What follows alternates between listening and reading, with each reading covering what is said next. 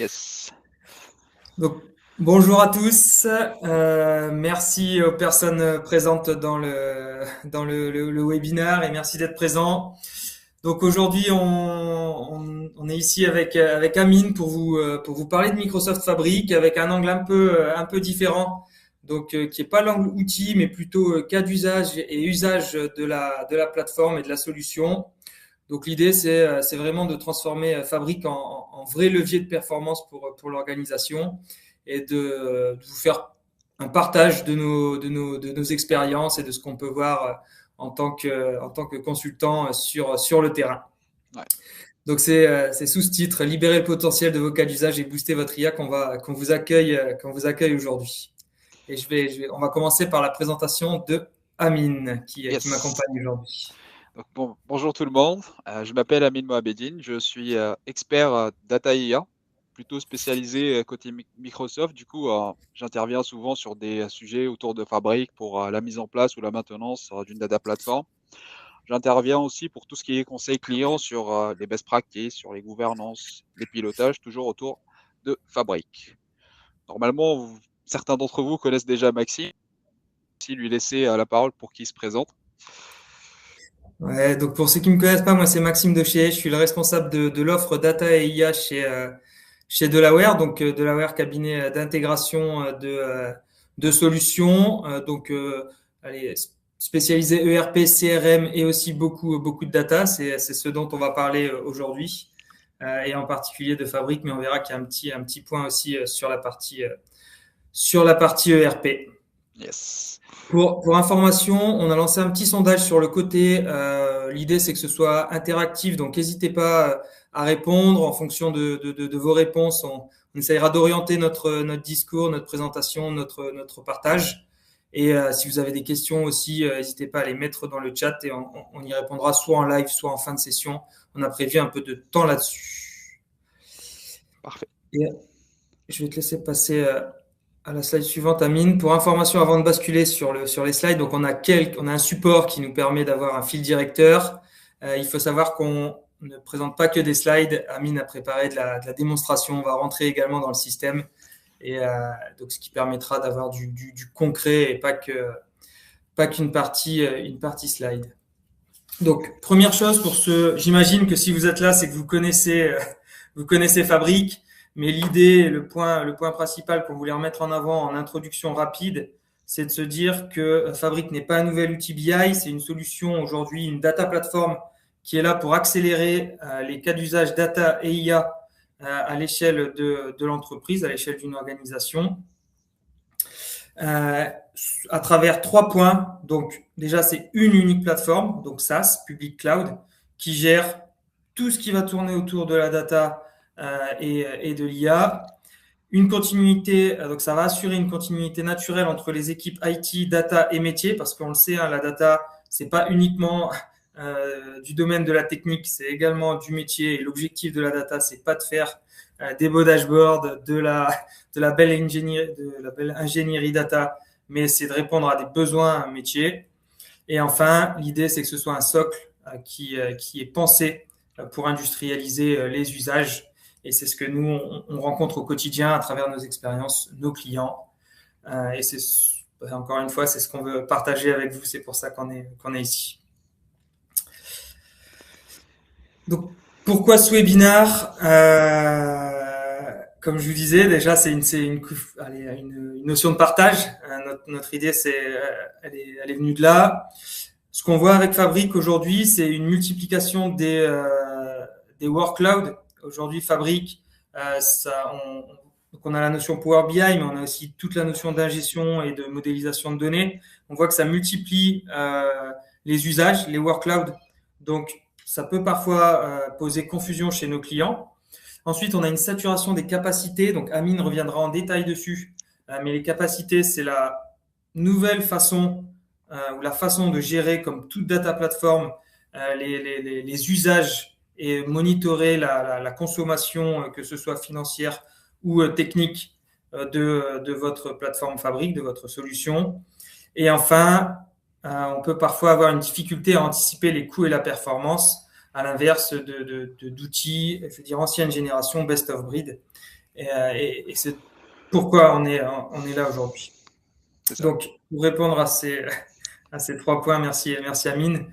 Donc, pour répondre à ces 3 points clés, on a décidé d'organiser le webinaire en 3 sujets. D'abord, piloter et maîtriser les capacités fabriques, qui est une des spécialités d'Amine, donc qui rentrera dans le détail. Et vous verrez que l'effet boîte noire que vous pouvez parfois ressentir, c'est pas exactement ça. On peut monitorer, on peut voir ce qu'il y a sous le capot. Ensuite, on va vous parler de la valorisation de ces données. Donc, depuis un ERP en particulier, depuis SAP, avec notre expérience et ce qu'on peut voir chez nos clients et sur le marché. Et enfin, on voulait vous faire un petit bonus à travers l'IA et les agents fabriques qu'Amine vous présentera également aujourd'hui. Le fait de prompter et d'interagir en langage naturel avec son modèle de données. Donc, restez jusqu'au bout. Jusqu'au bout, effectivement.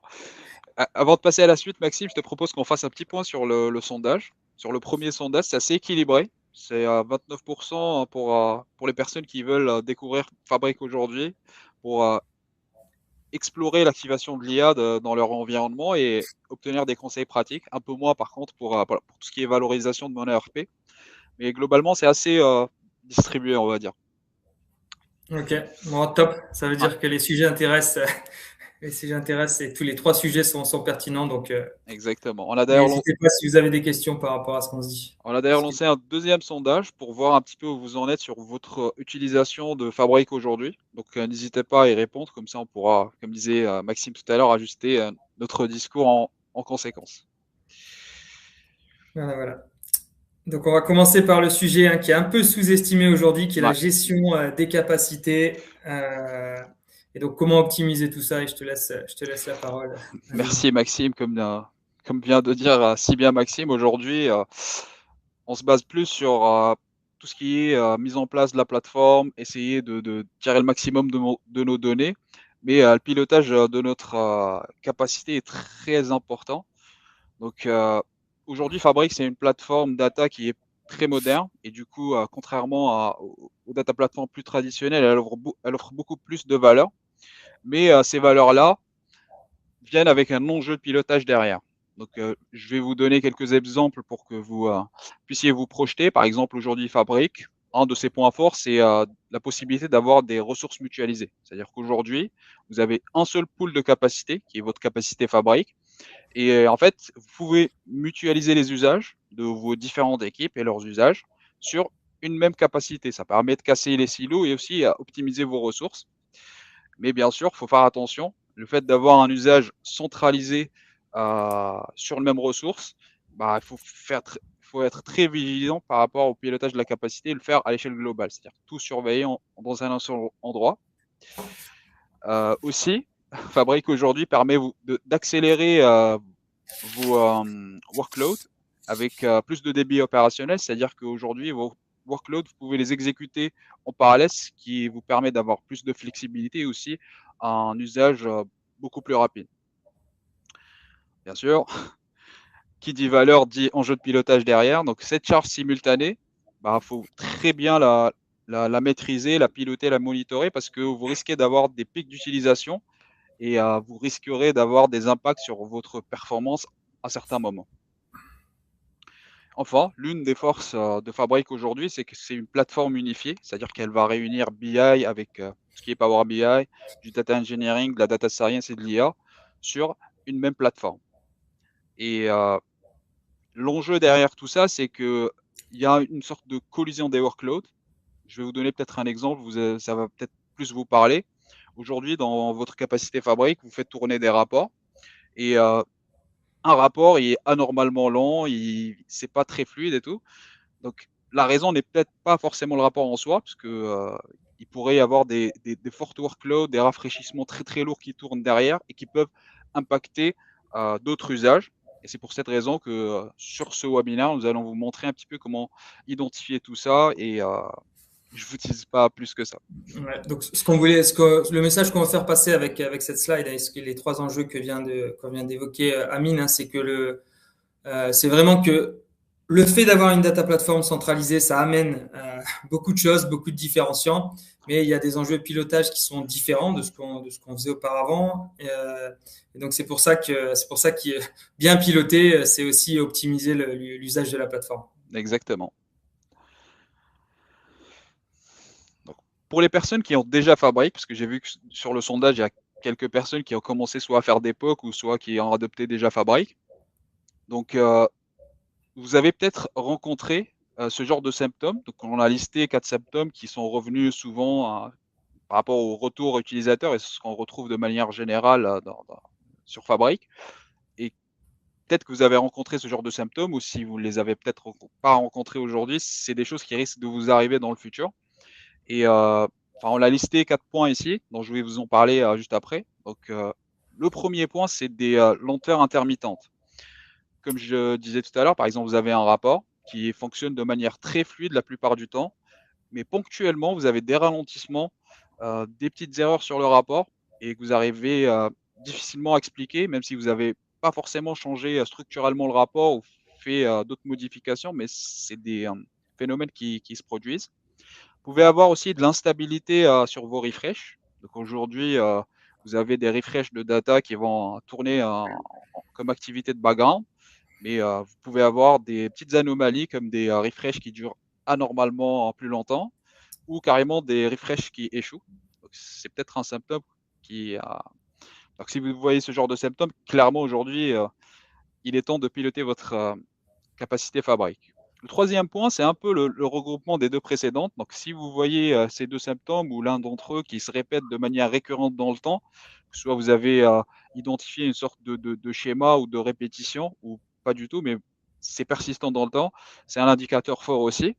Et enfin, le dernier point, c'est pas en soi un symptôme, mais c'était surtout pour vous dire qu'aujourd'hui, si vous avez Fabric et que vous constatez pas encore ce genre de symptômes, ça ne veut pas dire qu'aujourd'hui, il ne faut pas piloter ou monitorer ma capacité. Au contraire, il faut faire très attention. Il faut la monitorer. Peut-être que sans vous rendre compte, vous avez une capacité Fabric, mais vous utilisez une toute petite partie de cette capacité. Vous passez à côté de beaucoup de choses que vous pouvez rajouter par-dessus votre capacité. De toute façon, on va en parler un petit peu plus tard sur les actions et recommandations à faire en fonction de ce que vous avez. Donc, vous imaginez bien, je me permets, Amine, vous imaginez bien que ces symptômes-là, on les a pas inventés, hein, c'est ce qu'on Ouais. voit, c'est ce qu'on voit au quotidien dans nos missions et dans notre quotidien et dans le quotidien de nos clients qui utilisent Fabric. Et c'est ce à quoi. Et le piège hein, là-dessus, hein, c'est d'essayer de traiter ces cas individuellement, de façon séparée. Euh, et c'est pour ça qu'on va vous proposer des solutions. Et d'ailleurs, dans le deuxième sondage, on voit que 43% des votants, ils ont déjà une capacité et ils cherchent à l'optimiser aujourd'hui. Donc, ça tombe bien parce qu'on va en parler juste après.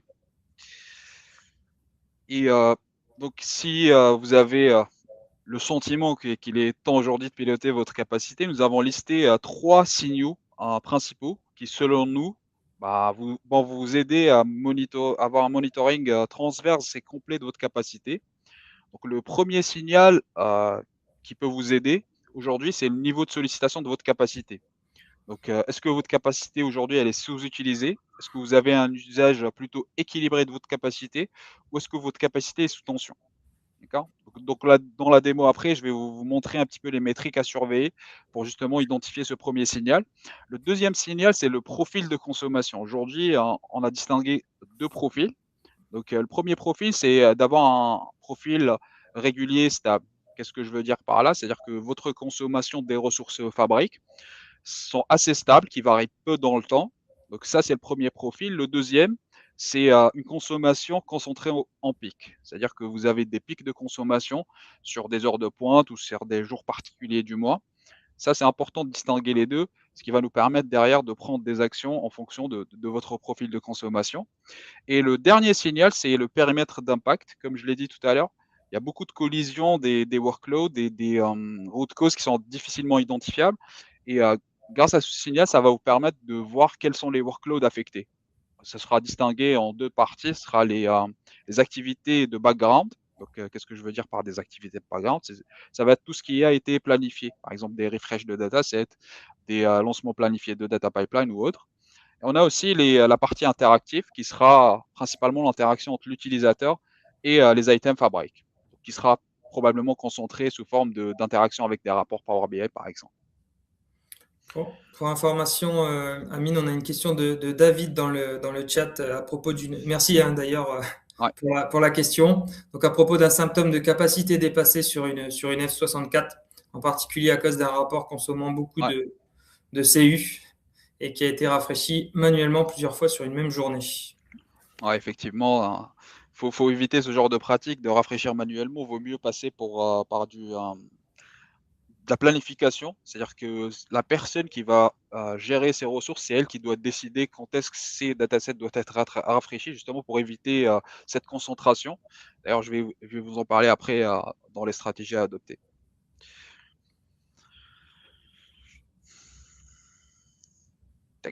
Bah, sans transition, je vais passer à la démonstration.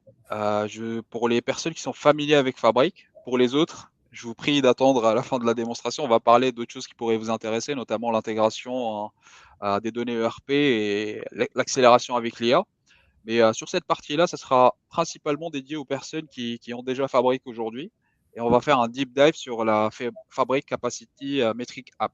Ouais. Donc attention, sujet un peu pointu, un peu technique, mais l'idée c'est de bien vous montrer que tout est pilotable et monitorable, si je puis dire ainsi.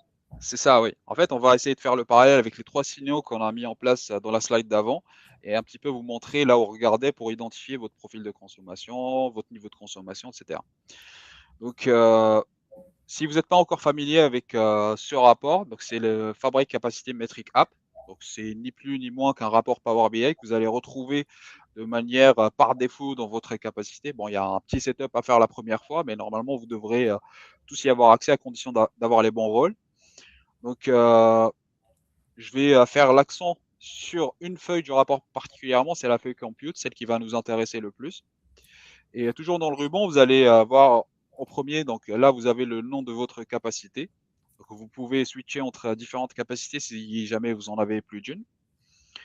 Là, vous avez l'SKU, donc c'est le type de capacité que vous avez. Là, c'est dans notre démo, c'est une F2, donc c'est une petite capacité qu'on utilise chez Delaware pour faire des tests et des petits POC. Et là, c'est la première métrique, enfin, c'est l'average utilisation, donc la consommation moyenne en pourcentage. Là, on peut clairement voir avec 21%, on est en nette sous-utilisation de cette capacité. Donc ça permet de vous indiquer le niveau de consommation moyen de votre capacité, c'est le premier indicateur. Et par exemple, si vous êtes entre 50, 75, 80%, vous avez plutôt une consommation standard. Mais au-delà, vous allez très vite mettre votre capacité sous tension. On remarque aussi que cette page de rapport est splittée en 3 parties. Donc on va d'abord parler de la partie en haut à gauche. Donc comme vous pouvez le voir, c'est un ribbon graph. C'est ni plus ni moins qu'une sorte d'histogramme empilé qui vous montre un petit peu votre consommation journalière regroupée par différents types d'artefacts. On peut retrouver les datasets, les lakehouse, les data pipelines, etc. Et vous pouvez le visualiser à travers différentes métriques. Donc ici, vous pouvez le voir, on peut voir le nombre d'utilisateurs qui ont interagi avec ces items, le nombre d'opérations ou de requêtes envoyées à chaque source. On peut voir aussi leur durée. Et on a aussi ici les CU. Les CU, c'est une métrique assez technique pour les personnes qui ne sont pas familiers du tout avec cette notion. CU, c'est le diminutif de Capacity Unit. Donc c'est une mesure qui a été introduite par Microsoft lorsqu'ils ont lancé Fabric. Et c'est ni plus ni moins qu'une mesure qui permet de calculer un petit peu votre pourcentage de consommation. Aujourd'hui, si vous avez une capacité, Microsoft vous offre un certain nombre de CU à partir desquels vous pouvez consommer et votre consommation est mesurée en CU, ce qui va permettre d'estimer votre consommation en pourcentage, par exemple. Donc ça, c'est pour la partie en haut à gauche. Pour la partie en bas, vous allez avoir à peu près les mêmes informations. C'est juste que vous allez avoir plus de détails, parce qu'on a le détail au niveau item. Donc, vous allez voir vos rapports, vos items qui se trouvent dans les lakehouses, etc., avec les mêmes métriques. Vous pouvez filtrer par type d'item ou vous pouvez rajouter aussi des colonnes supplémentaires si vous voulez pousser l'analyse plus loin. Ouais, quand on dit item, alors là, il faut se projeter un minimum parce que nous, on est sur un système de démo, effectivement, mais quand on dit item, c'est tous vos objets fabriques, comme on voit ici, un lakehouse, et tout ce que tu viens de préciser, Amine. tout ce que vous créez dans Fabric, vous pouvez le retrouver ici.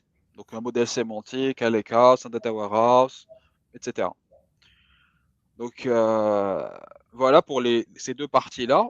J'aimerais prendre un petit peu plus de temps pour vous parler un petit peu plus en profondeur sur cette partie-là. Donc le graphe en haut à droite, en réalité, il y a plusieurs graphes. On va essayer de les explorer un par un.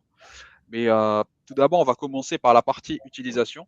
Donc là, on a l'utilisation en termes de pourcentage par rapport à ce que peut offrir notre capacité. Et qu'est-ce que je veux dire par là? Donc ici, vous voyez clairement qu'on a une sorte d'histogramme qui nous donne l'information du pourcentage de consommation par rapport à la limite de notre capacité. Donc, vous voyez le trait là en pointillé, c'est la limite disponible de votre capacité, donc c'est les 100% que vous pouvez utiliser. Et on a en bleu les histogrammes en bleu, donc c'est les activités de background, comme j'ai dit tout à l'heure, tout ce qui est planifié pour comme des refresh, des data pipelines.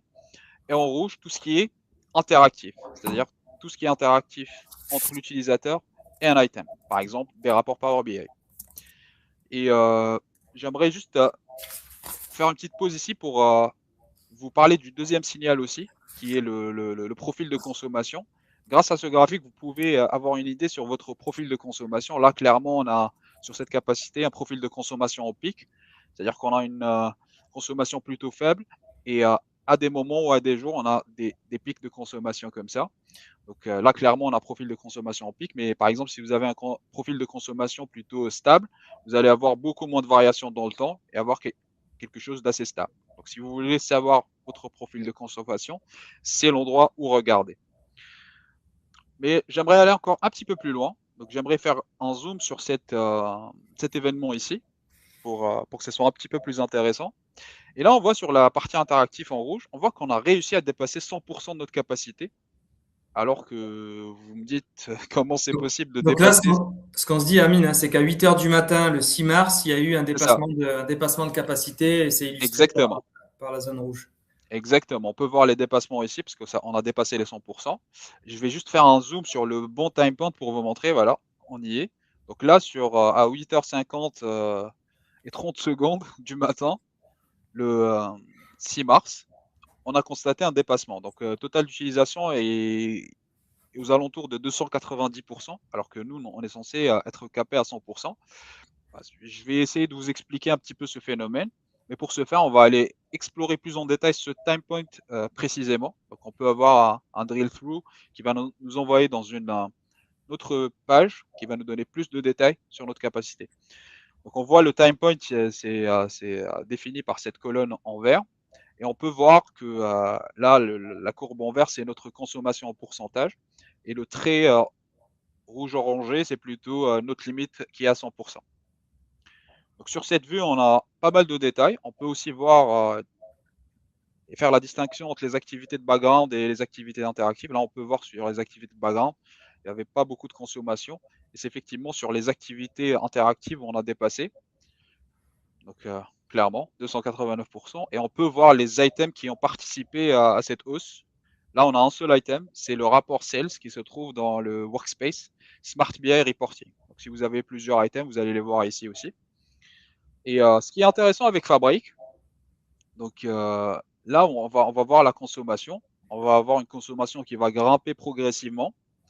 Et à partir d'un certain seuil, Fabric va estimer qu'aujourd'hui, pour faire tourner ce rapport dans les meilleures conditions, vous allez avoir besoin de plus de capacité que ce que votre capacité l'autorise aujourd'hui. C'est-à-dire que vous allez avoir beaucoup plus besoin de plus de ressources. Et ce qui est bien avec Fabric, c'est que ponctuellement, il peut vous autoriser à dépasser cette limite et à vous donner plus de ressources, des ressources supplémentaires. Attention, spoiler, c'est pas gratuit. C'est une sorte de prêt ou un crédit que vous allez ensuite rembourser dans un intervalle de temps lorsque vous allez utiliser un peu moins votre capacité. Mais c'est vraiment ponctuel. Là, on va voir que ça va monter, monter, monter jusqu'à atteindre notre pic de consommation comme on l'a vu tout à l'heure. Mais au bout d'un certain moment, Fabric va estimer que vous avez atteint votre plafond de crédit et qu'en fait, dans l'intervalle de temps où vous allez censé rembourser cette dette-là, ça va pas être possible en fonction de cette fenêtre de temps. Du coup, il va arrêter de ce boosting, il va arrêter de vous donner plus de ressources, il va vous replacer à votre limite qui est 100% de votre capacité. Et ce qui est intéressant avec ça, c'est qu'aujourd'hui, si vous voulez, par exemple, si on prend l'exemple du rapport, pour que votre rapport s'exécute de manière fluide, il a besoin de plus de capacité, mais vous êtes limité à 100%. Donc la seule solution, c'est qu'on va étaler ces requêtes ou ces instructions dans le temps. Et c'est là où ça va générer ce qu'on va appeler du throttling, c'est-à-dire qu'on va avoir des délais ou des erreurs. Donc on passe directement au deuxième graphique. Donc là, c'est divisé aussi en trois parties. Donc on a les interactive delays, comme je disais tout à l'heure, c'est des délais liés à vos activités interactives. Par exemple, si vous interagissez avec le rapport et que vous avez atteint le plafond de votre capacité, bah, ça va être étendu dans le temps et vous allez avoir des délais, genre des visuels qui vont prendre un petit peu plus de temps à s'afficher. Lorsque vous switchez entre les passes, c'est un peu long, c'est pas très fluide. Donc il y a ce genre de symptômes. Et là, on peut voir pour des délais en pourcentage, là, c'est le pourcentage de rapports qui ont été ralentis durant les 10 dernières minutes. Si c'est aux alentours de 1, 2, 3, 4%, c'est pas si grave. L'utilisateur ne va pas forcément ressentir un impact très puissant. Mais par exemple, si on a des pics, comme on peut le voir ici, à hauteur de 75%, là, par contre, faut s'inquiéter. Et c'est là où on va prendre des décisions après. Je vais vous montrer avec des actions listées comment faire pour éviter ce genre de dérive. C'est ça. On Donc, a ce qu'on aussi dit, c'est que grâce à ce type de graphique, on est en capacité de savoir quand l'utilisateur final du rapport a été impacté affecté, ouais. dans son geste. De- Exactement. Mm. Tu fais bien de me le rappeler parce que c'est en fait c'est le troisième signal qu'on a mis en place. C'est-à-dire que c'est à ce moment-là où vous allez voir quels sont les workloads qui ont réellement été impactés.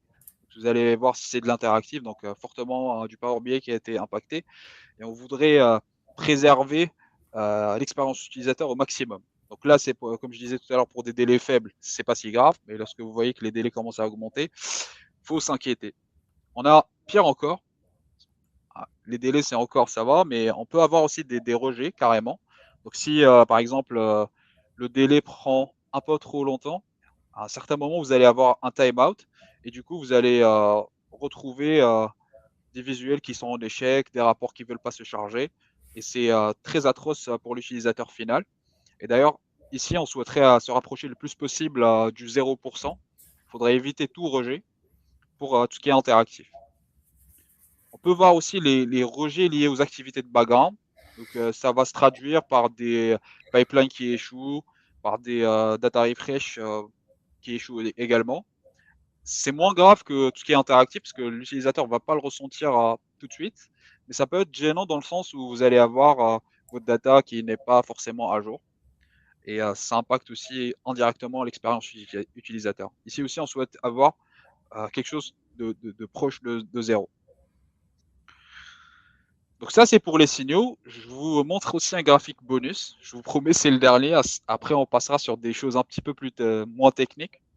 Je vous ai parlé de la dette et du remboursement de cette dette. Sur ce visuel, sur la partie overage, on peut clairement le voir. Donc sur le graphique bleu ici, vert pardon, on peut voir la dette qui a été cumulée et en bleu, ce qui a été remboursé dans le temps. Là, on peut voir qu'on a remboursé notre dette. Et sur le segment là qu'on peut voir en rouge, en fait, c'est le cumulatif de votre dette. Donc si vous n'arrivez pas à la rembourser dans l'intervalle de temps imparti, bah, ça va être considéré comme du carry-over, c'est-à-dire que ce sera des CU que vous avez consommés et que vous n'avez pas remboursé. Ça va s'accumuler jusqu'à la fin du mois et vous allez peut-être avoir des surprises avec des surfacturations en plus de votre subscription de Fabric Capacity. Voilà, c'était assez intense. J'espère que j'étais assez clair et que vous avez réussi à suivre. Donc n'hésitez pas si vous avez des questions par rapport à tout ça, mettez-les dans le chat. On va essayer d'y répondre un petit peu après. Ouais, on y reviendra. Pour info, il y a d'autres questions qui arrivent. Ouais. On y reviendra en fin de session pour bien dérouler notre fil et bien avoir du temps justement pour C'est ça. interagir par Surtout sur rapport à cette tout ça. partie, parce que le fil conducteur est très important, parce qu'on vous a montré les symptômes, les signaux pour puis prendre des actions. Et là, on va tout de suite parler des actions. On vous a parlé des deux profils de consommation. Donc, un profil de consommation plutôt stable, comme je l'ai dit, pas beaucoup de variations dans votre consommation. Et là, à l'aide de ces pastilles, vous pouvez voir les différents niveaux d'utilisation de votre capacité. Donc, en vert, c'est une sous-utilisation. En jaune, ça sera plutôt une utilisation équilibrée. Et enfin, en rouge, c'est que votre capacité est sous tension. Okay, donc, en fonction de ces deux profils de consommation et de ce niveau de sollicitation de la capacité, on peut aujourd'hui vous donner quelques recommandations. Alors, si vous avez un profil de consommation stable et que vous êtes en sous-utilisation de la capacité, là, clairement, le message, c'est d'accélérer l'adoption. Aujourd'hui, vous avez des ressources sur lesquelles vous avez investi et le retour sur investissement n'est pas très intéressant car vous utilisez une infime partie. L'objectif ici, c'est de euh, accélérer l'adoption en intégrant plus d'équipes, par exemple, en ajoutant plus d'usages. Aujourd'hui, par exemple, si vous avez Fabric pour faire que du Power BI, vous pouvez intégrer du traitement de données à l'intérieur avec des artefacts qui sont dédiés à ça. Vous pouvez aussi agrandir à d'autres domaines. Mais le plus important, c'est d'optimiser vos ressources. Sur le deuxième niveau d'utilisation, donc si vous avez une utilisation équilibrée, donc vous allez me dire, ok, ça va, tout se passe bien. Eh ben oui, mais il faut faire très attention parce que les dérives peuvent arriver très rapidement et il faut absolument stabiliser, encadrer. Qu'est-ce que je veux dire par là aujourd'hui? C'est de définir des baselines de votre consommation aujourd'hui sur Fabric, définir des seuils de consommation pour différents rapports, des datasets. Comme ça, vous pouvez faire des alertes automatisées si jamais vous commencez à avoir des dérives sur un rapport, un dataset. Vous pouvez tout de suite alerter, voir s'il y a eu des changements ou autre. Et avec ça, vous pouvez anticiper ce qui risque d'arriver après.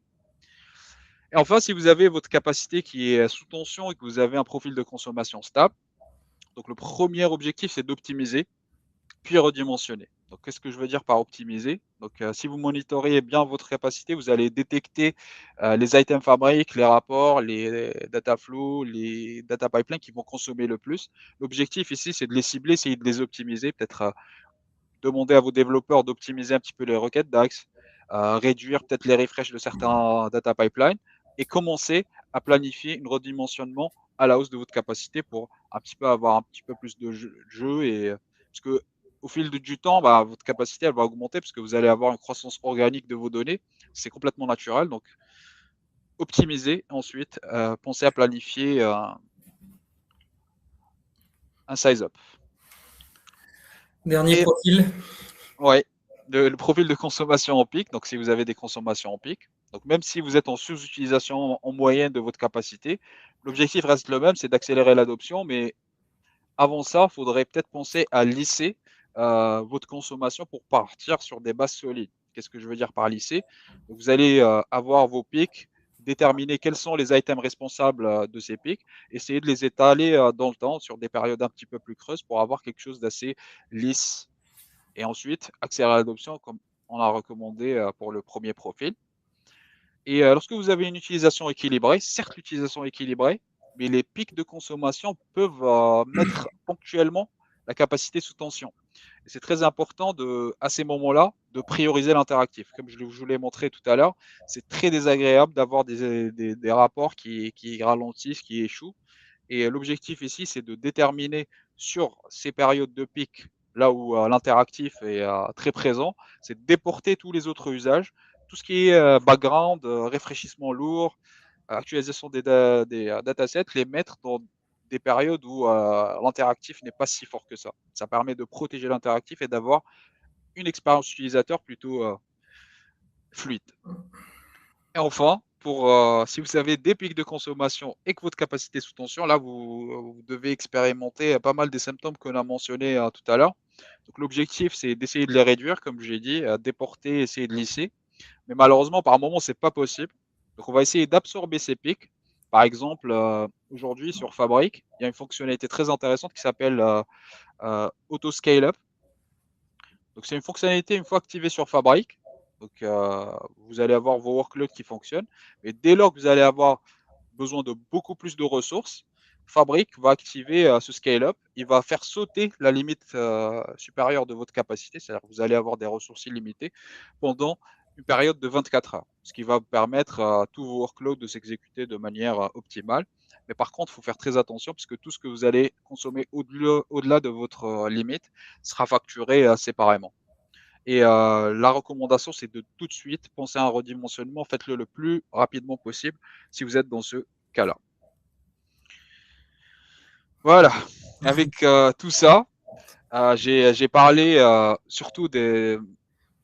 Je voulais juste rebondir sur quelque chose avant de te passer la parole, Maxime. C'est surtout par rapport à ces différents profils. Si vous êtes dans une sous-utilisation, une utilisation équilibrée, sachez que, comme je l'ai dit tout à l'heure, vous allez avoir une sorte de croissance organique puisque votre ERP ou votre CRM va générer de la donnée et plus de données à traiter et demande plus de ressources. Donc, c'est très important de monitorer pour pouvoir anticiper par la suite. Et en parlant de données ERP, je vais faire une passe décisive à Maxime pour la suite, pour le deuxième sujet. Ouais, donc voilà, nous, là, l'idée par rapport à tout ça. Donc les questions, on y répondra en fin de session. Je Ouais, vois qu'il y a des questions plus ou moins pointues dans le chat.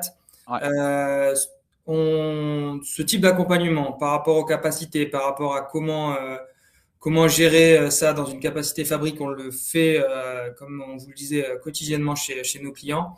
Et donc voilà, si vous voulez nos tips, etc., on pourra vous les donner, vous les partager, que ce soit dans ce chat ou plus tard.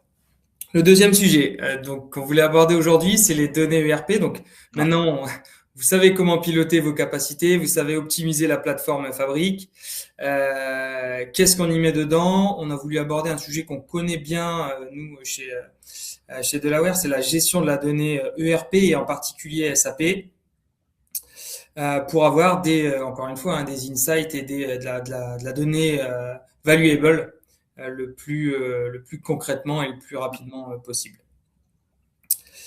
Si on bascule sur la slide, donc déjà, la question qu'on peut se poser de façon simple, hein, c'est pourquoi connecter SAP à Microsoft Fabric? Pourquoi ne pas tout laisser dans SAP? Et la première chose, c'est de se dire, voilà, SAP, mon ERP génère de la donnée opérationnelle, là où Microsoft Fabric va être utilisé pour l'enrichissement de données d'un point de vue transverse et décisionnel.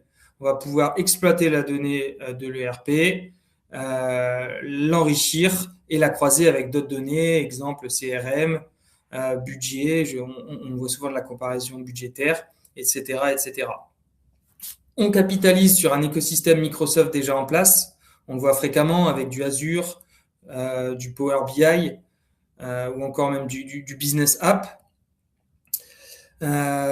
On va sur des données multi-cloud via le OneLake, hein, qui est la couche qui va permettre de répertorier toutes les données à un seul et même endroit, et ça rejoint notre enrichissement et croisement de données entre ERP et non-ERP, donc ou SAP et non-SAP.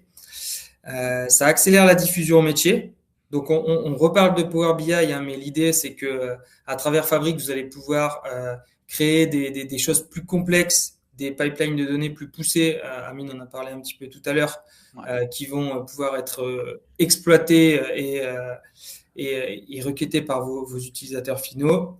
Et enfin, ça facilite des cas d'usage avancés, donc non SAP ou hors ERP, par exemple, donc au-delà du reporting, hein, de l'IA, on en reparle tout à l'heure, ou du prédictif et des usages plus poussés. Donc voilà, en résumé, Fabric va permettre de valoriser les données ERP ou SAP au-delà des usages traditionnels que l'on peut voir, donc qui sont toujours effectifs et utilisés dans l'ERP, mais on est sur de l'opérationnel, là où Fabric va vous amener quelque chose, un rôle de data platform décisionnel en plus. C'est vrai que juste avant de te laisser la parole, on a des retours, soit côté client ou dans le marché de la data de façon générale, c'est les gens savent pas trop comment se comporter avec les données SAP. Est-ce qu'on garde tout sur SAP? Est-ce qu'on bascule sur une plateforme data tiers? Et là, justement, Maxime va vous donner un petit peu notre approche par rapport au sujet. Je te laisse la parole. Ouais. Et la question qu'on voit, hein, est partout, et pour le coup, c'est quelque chose qu'on traite très très fréquemment, c'est qu'on a une vision data platform qui est de se dire, OK, pourquoi ne pas traiter le RP comme on traite les autres sources de données? Et l'idée, c'est bien que la donnée SAP est différente de ces autres sources. Pourquoi? Parce que c'est un ERP et c'est pas une base transactionnelle classique à plat, mais c'est un moteur de processus métier. Donc la donnée, elle est répartie dans de nombreuses tables, c'est ce que vous pouvez voir à l'écran. Elle est dépendante des processus métiers. Il y a des interactions et des liaisons dans tous les sens. Lorsque vous faites lorsque vous faites une commande de vente, il y a le stock qui bouge, il y a l'outbound délivré, donc la livraison sortante qui bouge, il y a la facturation qui peut être déclenchée à droite à gauche. Donc, c'est une multitude de données qui est touchée au même moment. Donc, le fait d'aller chercher du table à table, c'est là où ça va poser problème et on le schématise juste après. Et le troisième point, c'est que c'est influencé par le customizing. Donc, le customizing, c'est tout le paramétrage de l'ERP, donc qui peut bouger d'une organisation à une autre en fonction du SAP ou de l'ERP. Et c'est pas parce qu'on extrait de la donnée, on va extraire les ventes sur un écosystème qu'on va pouvoir extraire les ventes de la même façon sur un autre écosystème. Et il est là le message. Donc, on a plusieurs chiffres possibles selon le contexte métier. Et c'est ce qu'on voulait mettre en avant ici. Si je prends mon petit exemple sur la droite, c'est peut-être le plus simple. C'est quel est le chiffre d'affaires vendu dans SAP, donc en commande de vente. Et ça peut avoir plusieurs significations et ça peut être défini à plusieurs endroits.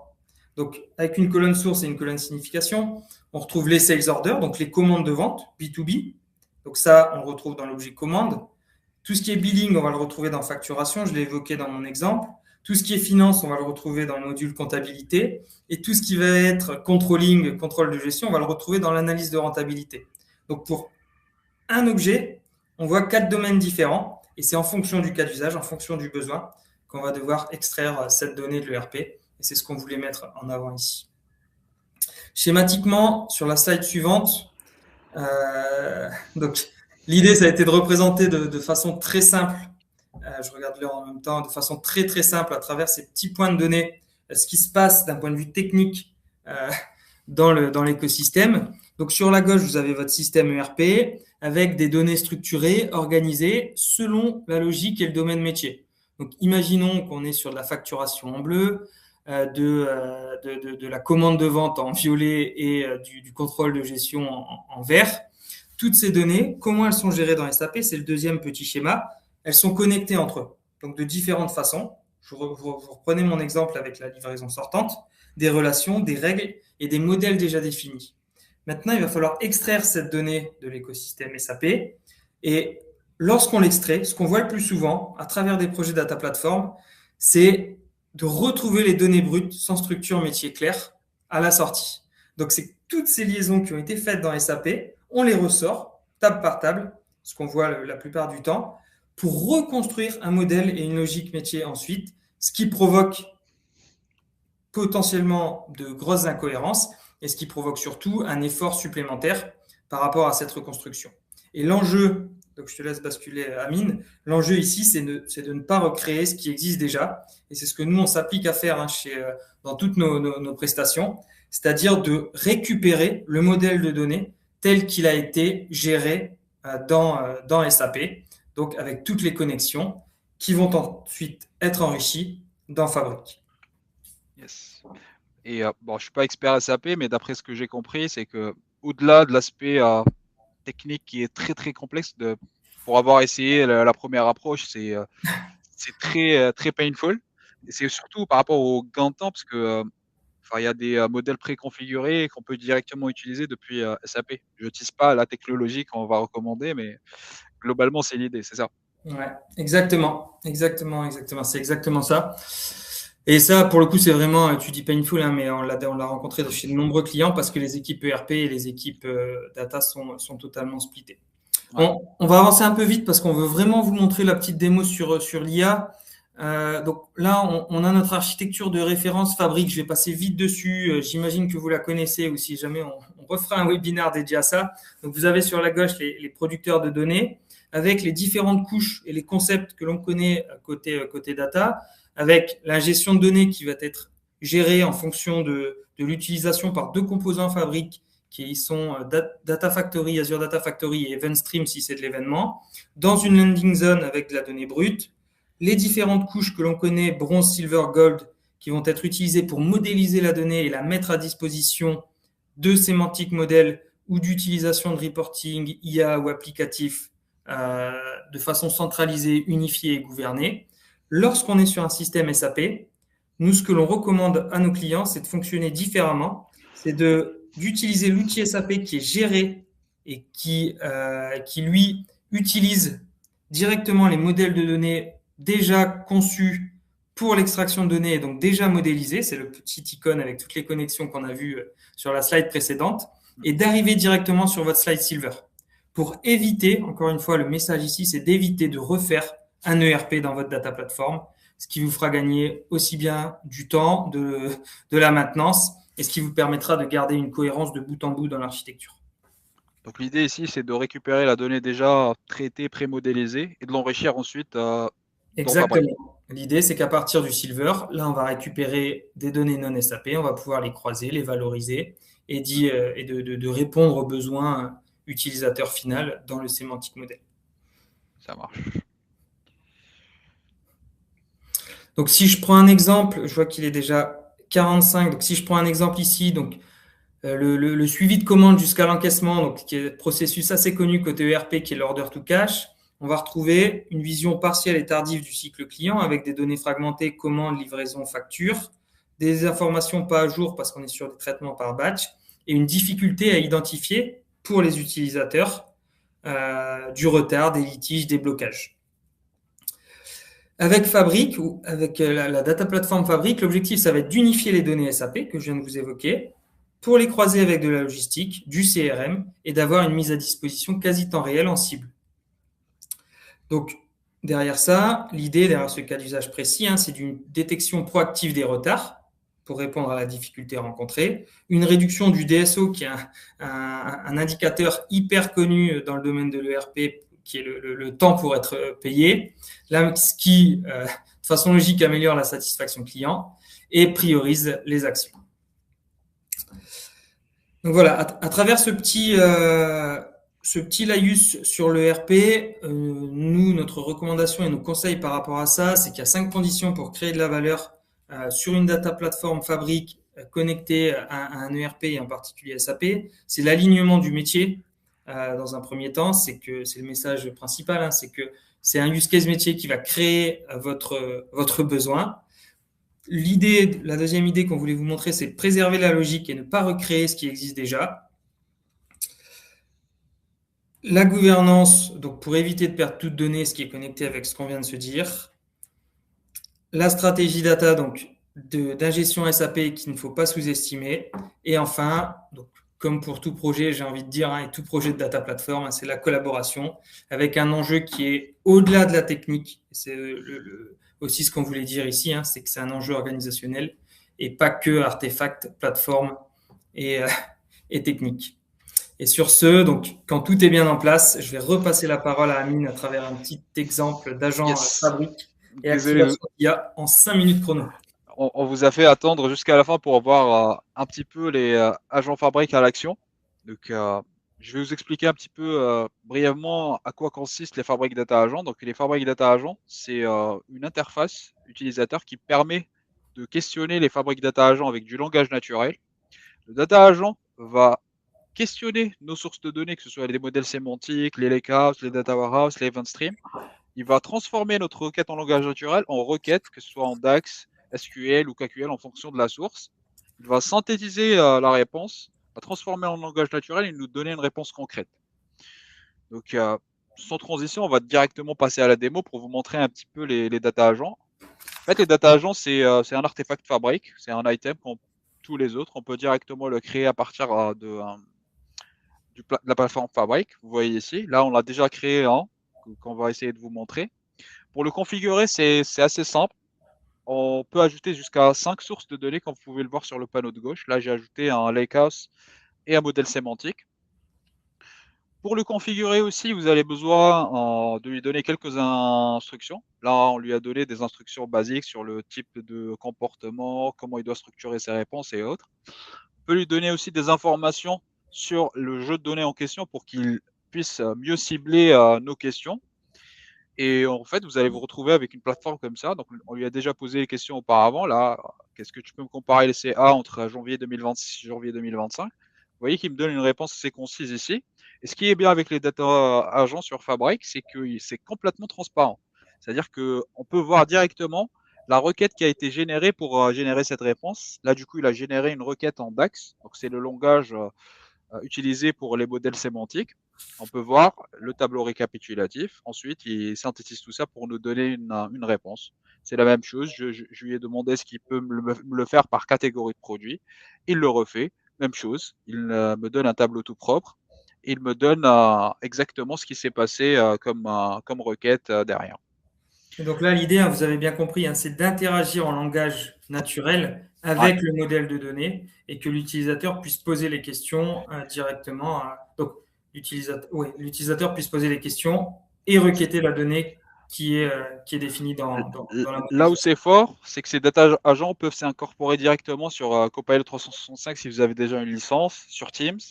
Et nous, on a fait un peu mieux.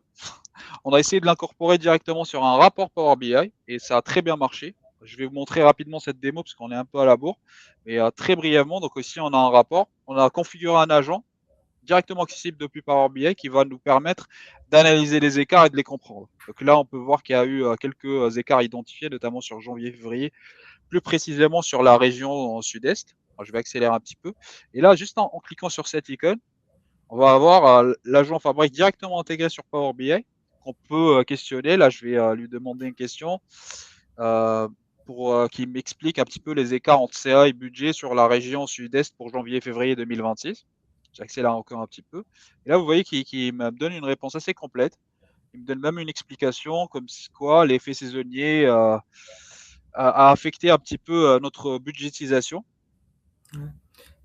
Ouais, Ce qu'il faut, je vois le temps défiler, hein. Ce qu'il faut ouais, retenir c'est ici, ça, c'est que le data agent a été directement intégré en fait sur l'interface utilisateur finale qui est le Power c'est ça. BI et que on a souvent la question, mais ce qui va être différent entre l'agent fabrique et l'agent copilot, le copilot agent que vous pouvez voir sur votre Power BI, c'est que le copilot, vous allez pouvoir construire et requêter ce qu'il y a dans le rapport. L'agent Ouais, fabrique, vous allez pouvoir aller chercher ce qu'il y a sous le rapport en bac et qui n'est potentiellement pas sur le rapport. c'est ça. En Ça, c'est la fait, différenciation. ce que veut dire Maxime, c'est que vous avez la donnée, votre modèle qui est relié à votre rapport.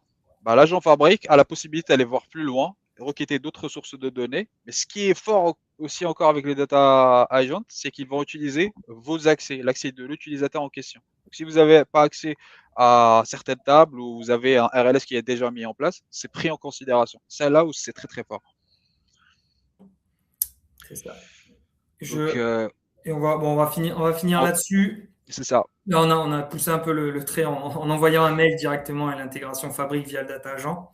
Et en Exactement. conclusion, et on va laisser un peu de temps pour les questions et d'interagir avec vous.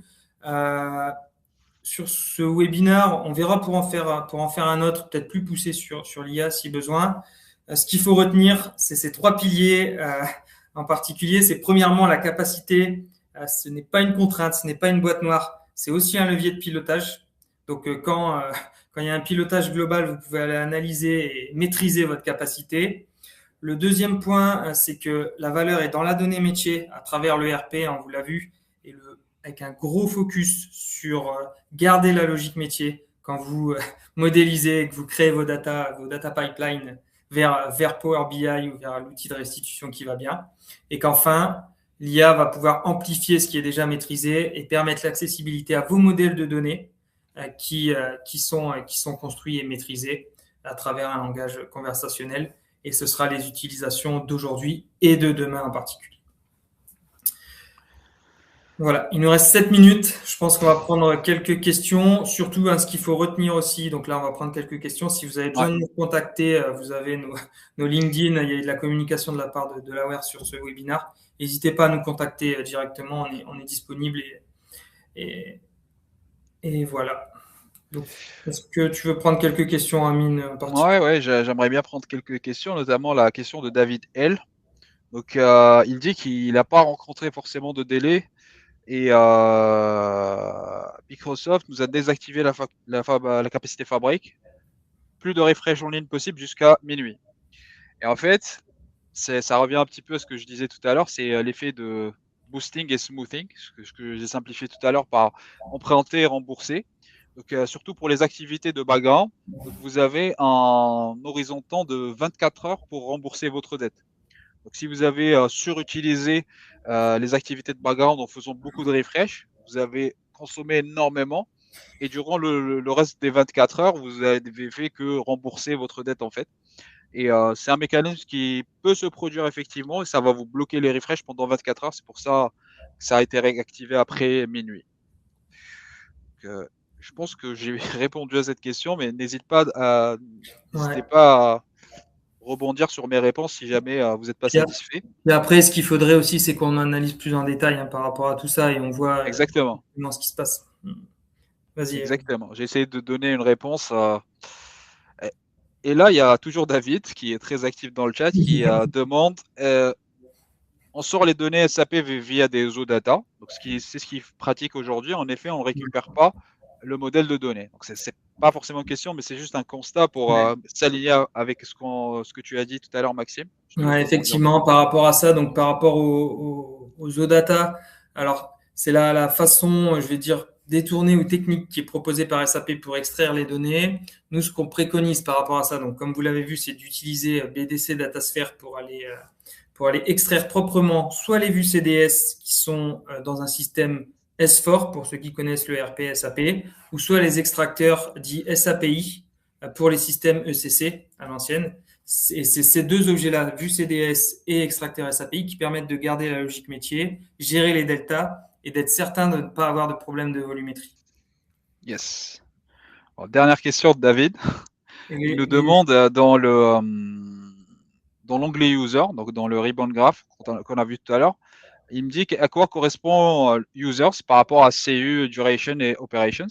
En fait, CU, users, que ce soit c'est des users principaux ou des utilisateurs qui vont envoyer des requêtes et derrière qui va consommer des CU, de la ressource. Donc, il va lister les utilisateurs uniques, que ce soit physiques et humains avec un compte utilisateur ou un compte de service.